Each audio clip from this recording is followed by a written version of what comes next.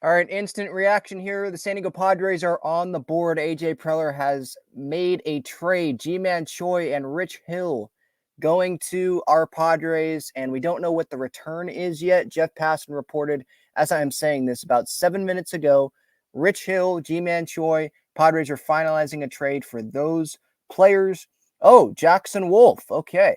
Jackson Wolf is the main prospect going to the Pirates from the Padres, obviously. So there we go. All right. This is a buy low move. G-Man Choi not gonna give you, Juan Soto production or anything like that. But he's a guy that's a left-handed hitter. It's a left-handed bat that the Padres needed. He's someone that can play first, someone that can DH. Now, his numbers below average OPS plus this year, 206 average, only has 6 home runs. I thought he'd have more pop for at least G-Man Choi, just who I envision who he is. But it's a left-handed bat who is probably an upgrade over Matt Carpenter. We'll see if the Pittsburgh Pirates pick up Matt Carpenter's contract as a part of this deal.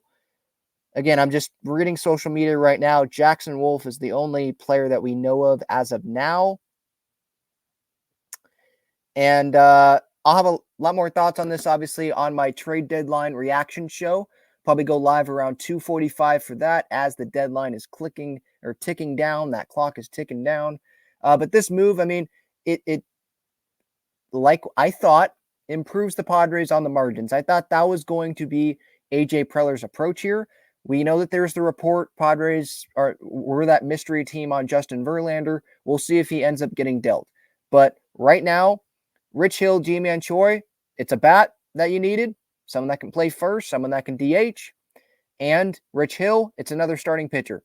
Rich Hill, he's not someone that this season has gone 6 innings consistently, but he's been able to work into the 6th inning. And it seems like he's a rubber arm. He's on his 13th team now in the San Diego Padres.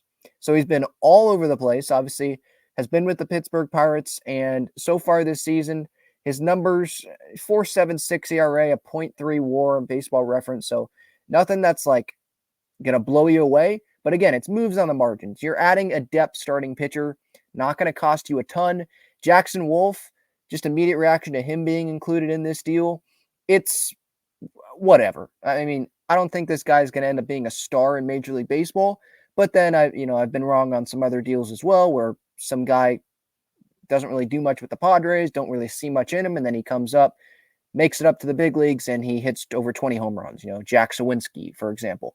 But yeah, I like the move in terms of the Padres buying. We know that they were going to buy, so don't trade the top prospects, which that's not what they did here. At least that's what it doesn't seem like they did. And you improve on the margins. Starting pitching, can always add another starter. And Rich Hill, he doesn't get hurt very much. So Michael Wacha, we don't know how effective he's going to be when he comes back. Don't really know when he's going to come back. Should be soon, at some point here, maybe mid-August. But if he comes back, isn't effective, you can have Rich Hill in there. You can have him in there as your 5th starter for now. I know Pedro Avila is starting tonight, obviously, for the Padres, but later down the road, you can go Rich Hill there. If you want Seth Lugo to be in the bullpen, if the Padres can't make a bullpen move here, you can have Lugo go there, can pitch multiple innings out of the bullpen, even though Lugo's been pretty good out of the rotation this year. But you can have him go there and have Hill be in the rotation. I don't know if they would try to have Hill come out of the bullpen. I don't really see that. And Hill's a veteran, so would they send him to El Paso? Do they even have the ability to do that without him opting out? I don't know, to be honest. So we'll see what happens. We'll see what Rich Hill's role will be.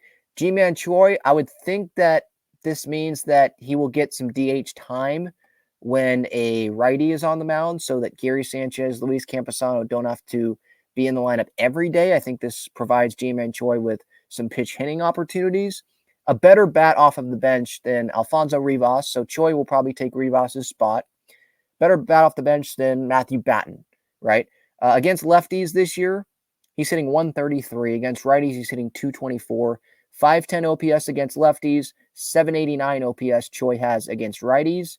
So I think it's pretty obvious that Choi probably will be hitting against right-handed pitching, and it seems like this is more of like a bat off the bench. I don't see him like taking Crony's spot and Crony sitting the bench. I don't see that happening at all.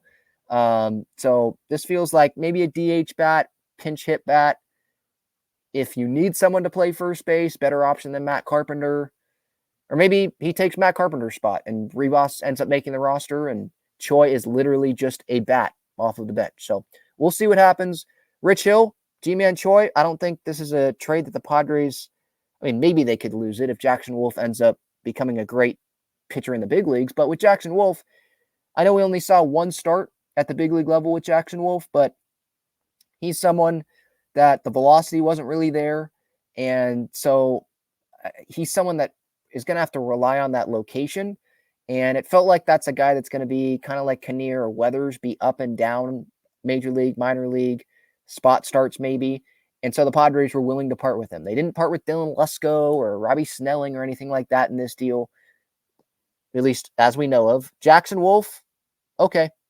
I guess I'm seeing this from Darnay Tripp, NBC7. G-Man Choi has played only 23 games because of an Achilles strain. So that's something to, I guess, pay attention to. Oh, okay. So Joel Sherman is saying here, Alfonso Rivas is someone that's going to the Pittsburgh Pirates. Okay, so I think this increases the odds of Matt Carpenter continuing to be on this team because Rivas was playing some first base, and so I think Choi would jump into that spot, and then Carpenter still on the roster as of now. Rich Hill would probably take like Pedro Avila's spot when he gets activated. So as of now, that's what we're looking at. Padres, they have made a trade. They're on the board. What do you think? Jackson Wolf, Estier Suarez, and Alfonso Rivas going to the Pirates, and then the Padres, they get back Rich Hill and G-Man Choi. More to discuss, obviously. I'll discuss this more on my live trade deadline show later today. Around 2:45 is when I will, at least that's when I plan on going live, talk about the moves the Padres made, the moves the Padres didn't make. That's coming up later today. Give your thoughts in the comments. Thanks so much for watching. Again, AJ Preller, he's on the board.